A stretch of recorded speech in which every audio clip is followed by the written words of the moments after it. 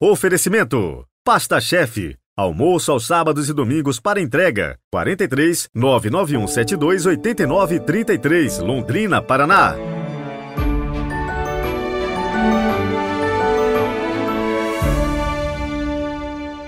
Olá, sejam bem-vindos a esta quarta-feira, 10 de maio de 2023. Hoje é dia de rezar por você. Temos logo mais a missa votiva de São Pio de Pietrelcina e eu coloco todas as intenções que me mandam na intercessão dele. Então me diz aí nos comentários, você também é devoto do Padre Pio? Já assistiu o filme dele? Inclusive ouvi dizer que vão lançar um novo filme. Não sei se você está sabendo de alguma coisa. E em setembro vamos lá na terra do Padre Pio em peregrinação. E aí, vamos comigo? Comecemos então com a nossa oração do dia.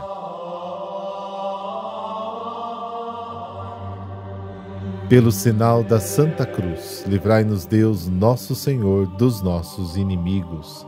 Ó Deus, que amais e restituís a inocência, orientai para vós os nossos corações, para que jamais se afastem da luz da verdade os que tirastes das trevas da desgraça. Amém.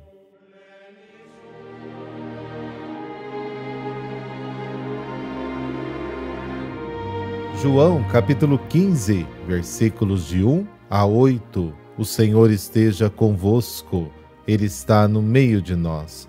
Proclamação do Evangelho de Jesus Cristo segundo João. Glória a vós, Senhor. Naquele tempo, Jesus disse a seus discípulos: Eu sou a videira verdadeira e meu Pai é o agricultor. Todo ramo que em mim não dá fruto, Ele o corta, e todo ramo que dá fruto, Ele o limpa, para que dê mais fruto ainda. Vós já estáis limpos por causa da palavra que eu vos falei. Permanecei em mim e eu permanecerei em vós. Como o ramo não pode dar fruto por si mesmo, se não permanecer na videira, assim também vós não podereis dar fruto, se não permanecerdes em mim. Eu sou a videira e vós os ramos. Aquele que permanece em mim e eu nele, esse produz muito fruto, porque sem mim nada podeis fazer. Quem não permanecer em mim será lançado fora como um ramo e secará. Tais ramos são recolhidos, lançados no fogo e queimados. Se permanecerdes em mim e minhas palavras permanecerem em vós, pedi o que quiserdes e vos será dado. Nisto meu Pai é glorificado, que deis muito fruto e vos torneis meus discípulos. Palavra da salvação. Glória a vós, Senhor.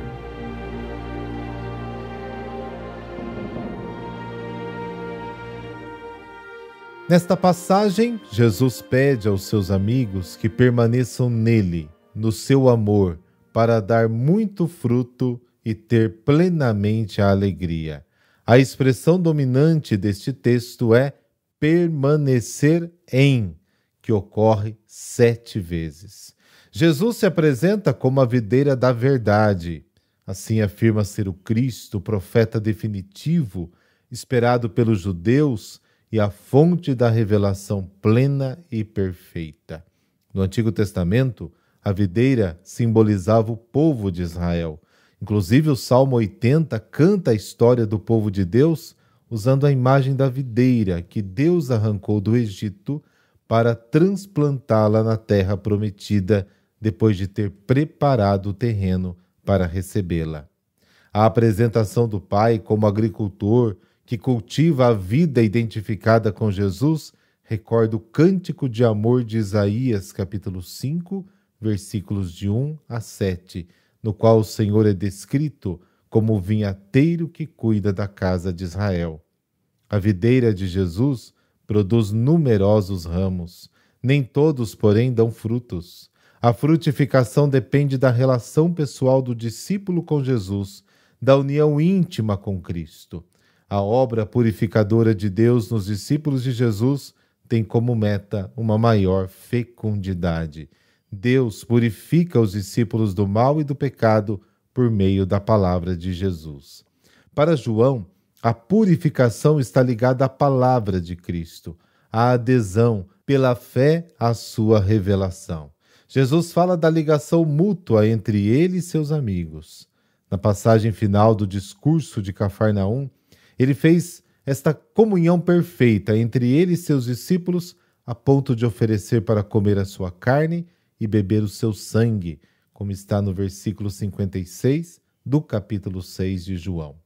O propósito da comunhão íntima com Jesus, o fruto que todo ramo deve dar, é a salvação. O homem separado de Cristo, que é a fonte da vida, encontra-se incapaz de viver e trabalhar na vida divina.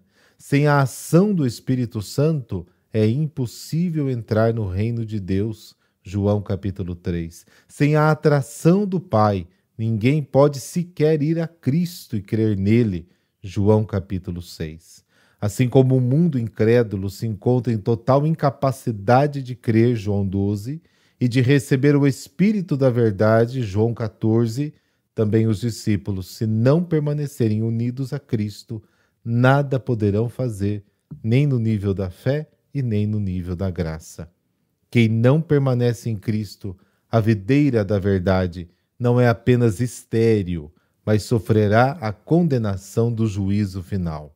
Uma consequência benéfica de permanecer em Jesus é o Pai ouvir as orações dos discípulos. A união íntima e profunda com Jesus torna a pessoa muito fecunda na vida de fé e capaz de glorificar a Deus que é Pai com toda a sua existência.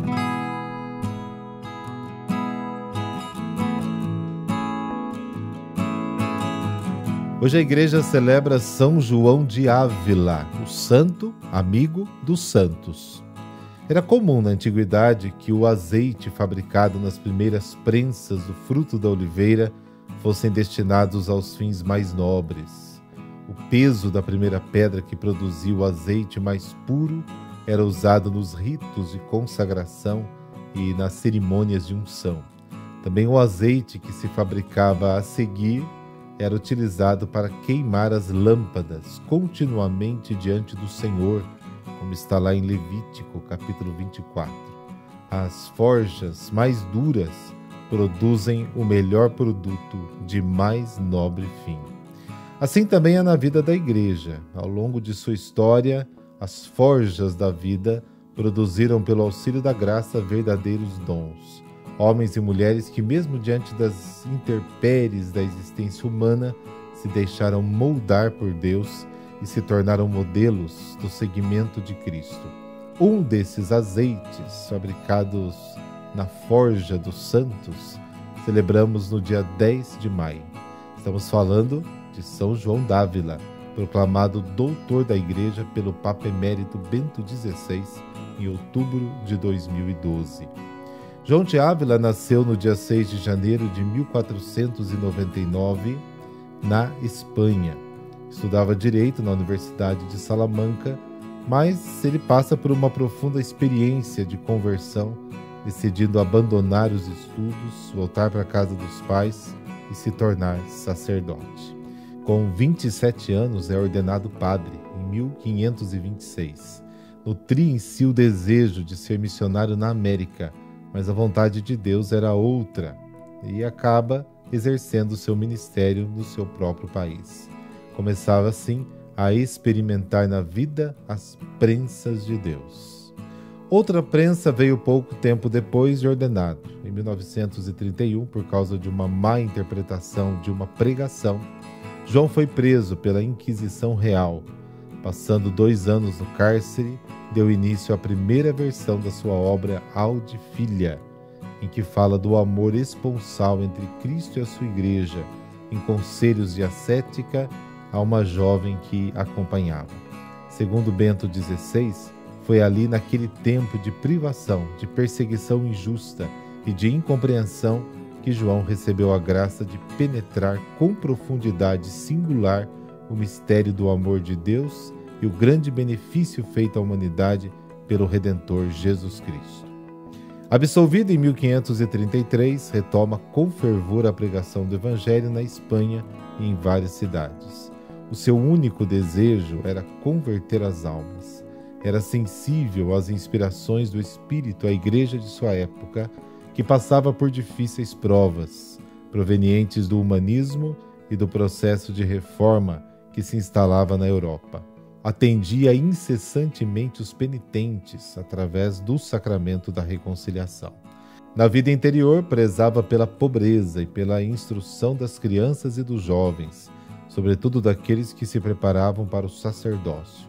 Além de Audifilia, classificado por Bento XVI como um clássico da espiritualidade, escreveu o Catecismo ou Doutrina Cristã, o Tratado do Amor de Deus, o Tratado sobre o Sacerdócio, os Sermões e Homilias, além de comentários bíblicos da Carta aos Gálatas, a primeira carta de João. Tornou-se grande teólogo, mas, como filho do seu tempo, também deu contribuições humanistas, como invenções de algumas obras de engenharia, fundação de colégios menores e maiores, que depois do Concílio de Trento se transformaram em seminários conciliares, criação da Universidade de Beza, além da proposta da criação de um tribunal internacional de arbitragem para evitar as guerras. Foi responsável pela conversão de São João de Deus e São Francisco Borgia. No seu processo de beatificação, consta que nunca pregou um sermão sem que várias almas se convertessem a Deus. A eficácia de sua oratória estava, segundo o próprio João dizia, em amar muito a Deus, em dedicar-se muito mais à oração que aos livros, em perder-se na presença do Senhor. Era, nas palavras de Paulo VI, que o canonizou, uma cópia fiel de São Paulo. Foi contemporâneo e amigo de outros santos, Inácio de Loyola, Pedro de Alcântara, Teresa de Jesus, João da Cruz, sinais de que uma vida cercada de santas amizades nunca é estéril. Um grande amigo que é Deus, o qual arrebata os nossos corações para o seu amor. E ele nos pede que tenhamos muitos outros amigos, que são os seus santos, escreveu João. Uma dessas amizades que levaria a viver mais uma prensa.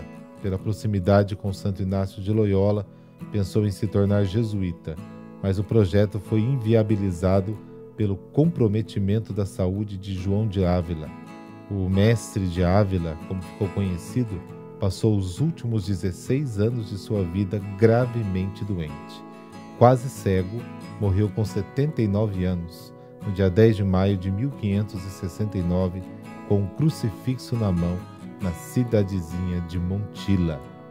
Senhor Jesus, assim como escreveu o santo, que a cruz é elemento inesgotável da vida de um cristão, que as prensas, quando são vividas por um coração apaixonado por Deus, produzem os mais nobres azeites dos altares do Senhor. Dá-me a graça de passar pela cruz, crendo em Ti. Por intercessão de São João de Ávila, dessa bênção de Deus Todo-Poderoso, Pai, Filho, Espírito Santo. Amém. Boa quarta-feira para você e não se esqueça de me mandar os seus pedidos de oração. Os canais para você fazer isso está aí na descrição deste áudio. Até amanhã.